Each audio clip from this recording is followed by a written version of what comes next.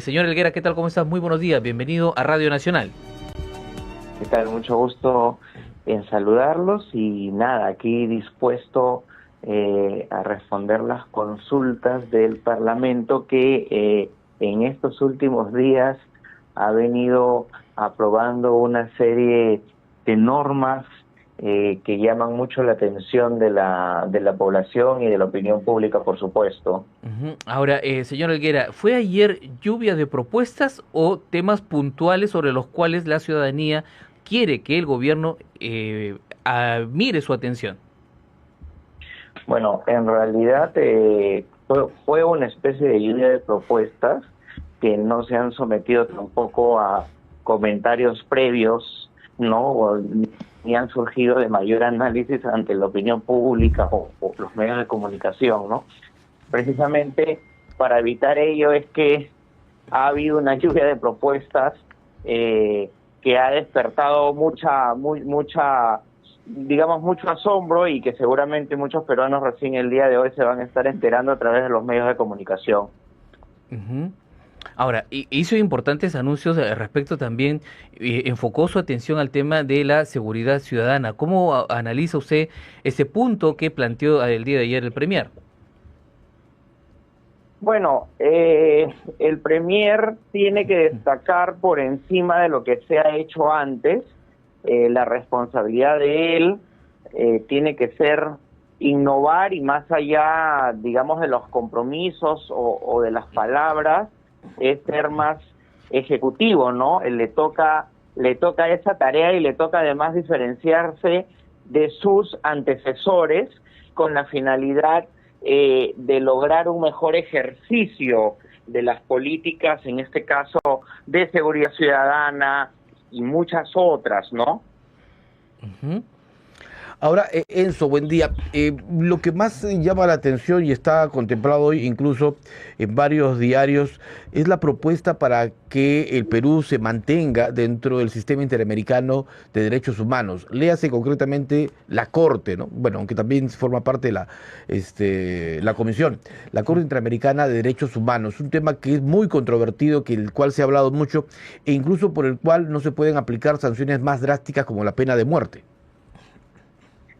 Sí, de hecho, en materia de derechos humanos esto llama la atención, pero aquí ya vamos a ver digamos, una conducta del Premier que está más saludable en el sentido de que a él, al ser ministro de Justicia y por naturaleza, los ministros de Justicia, por la formación que tienen, suelen inclinarse hacia el respeto irrestricto de los tratados internacionales, incluso por un tema de formación, ¿no?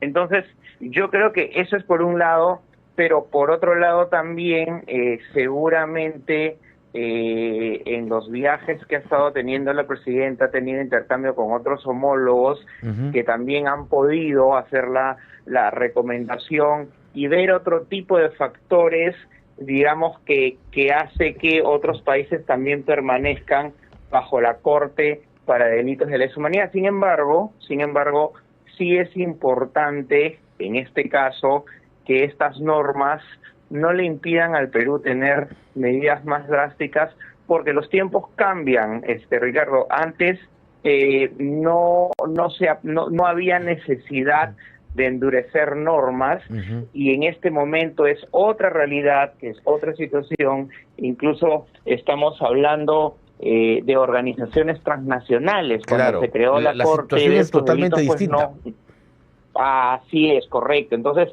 el derecho también tiene que evolucionar de acuerdo a la problemática nacional, ¿no? Y eso es algo en lo que el Perú, por ejemplo, podría liderar, ¿no?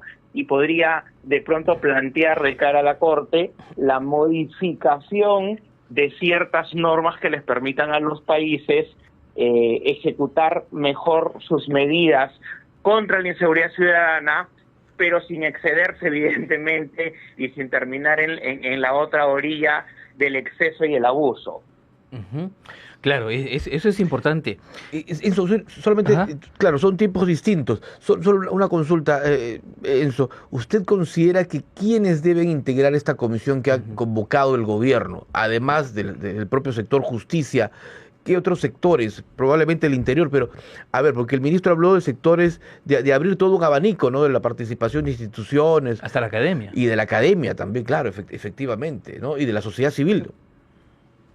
Mira, en realidad este planteamiento es lo que institucionalmente se debió hacer, ser más inclusivos y tener a las instituciones de justicia, legislativo, ejecutivo, pero también a la organización civil, representantes de pronto de estas organizaciones que también apoyan a la Policía Nacional y también evidentemente saben las necesidades a veces más específicas que puedan tener las comisarías muy al margen del Ministerio del Interior para tener una situación de demanda y de atención más ejecutiva, ¿correcto? Entonces sí es importante integrar a la representatividad, ¿no? También de la sociedad civil organizada, porque solamente de esta forma vamos a poder abordar el tema Ahora, integral junto con la Fiscalía y el Poder Judicial, por supuesto, ¿no? Porque recordemos también que pasa por un tema normativo y de ejecución de la ley. recordemos que ya el gobierno, a través del Ministerio de Justicia, cuando justamente el ministro, el actual presidente del Consejo de Ministros, Eduardo Arana, ocupaba ese cargo, designó a su jefe de gabinete, ¿verdad?, para que se encargue de liderar un grupo de trabajo que está recorriendo varias zonas del país para escuchar propuestas sobre la pena de muerte. Por supuesto. Mira, y esto es muy necesario porque en virtud de ello se puede contrastar una realidad que también es muy diferente a la de Lima, ¿no? Y que va a recoger medidas necesarias, porque a veces cuando también aplicamos, digamos, desde Lima,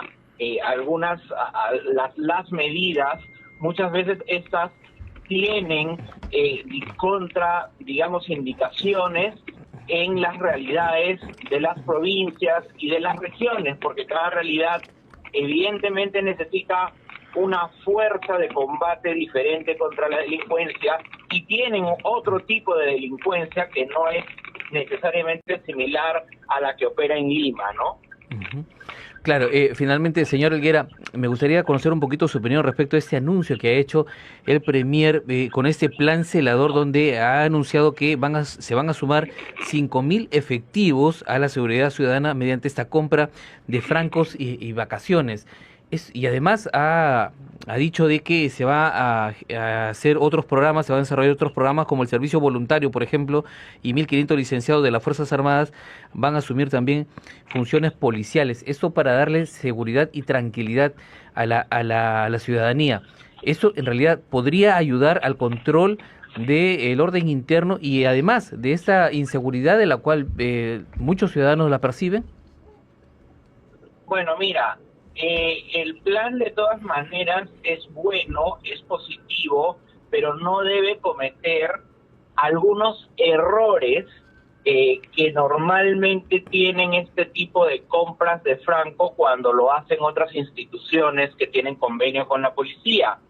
Habla específicamente de que cuando a veces se han hecho estos convenios, las diversas instituciones, digamos, que contrataban estos francos, o que contratan estos francos los policías, tienen un inconveniente que lo hace poco atractivo, que la institución, que de por sí es, digamos, demora mucho en los procesos, ingresa o tenía que ingresar el dinero al Ministerio del Interior, y esto hace que finalmente el policía por aquellos francos demore 2 o 3 o hasta más meses para cobrar el dinero de sus francos. Entonces, evidentemente, preferiría dedicarse a la actividad privada que le va a pagar de manera más puntual. Entonces, en esos detalles hay que pulir la estrategia de trabajo, porque evidentemente no puede ser que